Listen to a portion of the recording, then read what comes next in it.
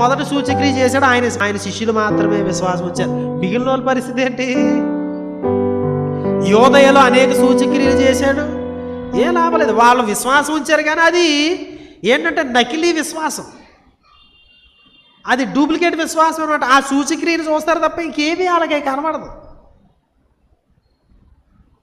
So సమరయకు వచ్చారు, వాళ్ళు విశ్వాసం ఉంచారు కానీ మిగిలిన వాళ్ళు యోదయ వారు, యేసుక్రీస్తు వారి యొక్క బిడ్డలు, తన వారు అన్నటువంటి యూదులు మాత్రము విశ్వాసం ఉంచడం లేదు, సూచక్రియలను వాళ్ళు అర్థం చేసుకోవడం లేదు అనేటువంటి విషయాన్ని గమనిస్తాం.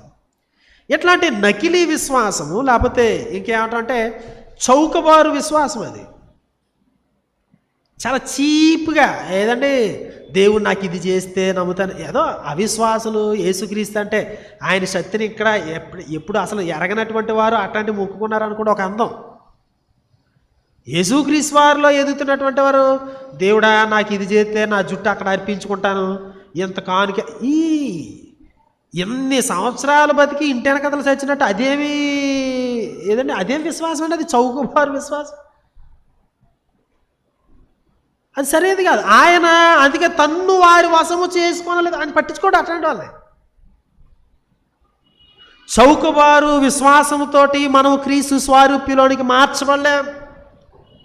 నకిలీ విశ్వాసంతో నేను కూడా ఇదే అనేటువంటిది కాదు. నువ్వు గ్రహించాలి ఏం చెప్తున్నాడు. సంఘానికి వచ్చాం, ఇక్కడ ప్రభు యొక్క మహిమను గాంచుతున్నాం, నీ యొక్క విశ్వాసము బలపరచబడిందా? మనం వస్తాము, పాట పాడతాం, కానుక వేస్తాం, వాక్యం వింటాం, ప్రార్థనలో ఏకీవిస్తాం, ఇవన్నీ చేసిన తర్వాత ఎంతకీ నీ విశ్వాసము బలోపేతమైందా? లేకపోతే చౌకబారు విశ్వాసంతో వచ్చి అదే నకిలీ విశ్వాసంతో గుళ్ళో నుంచి బయటికి వెళ్ళిపోతున్నావా?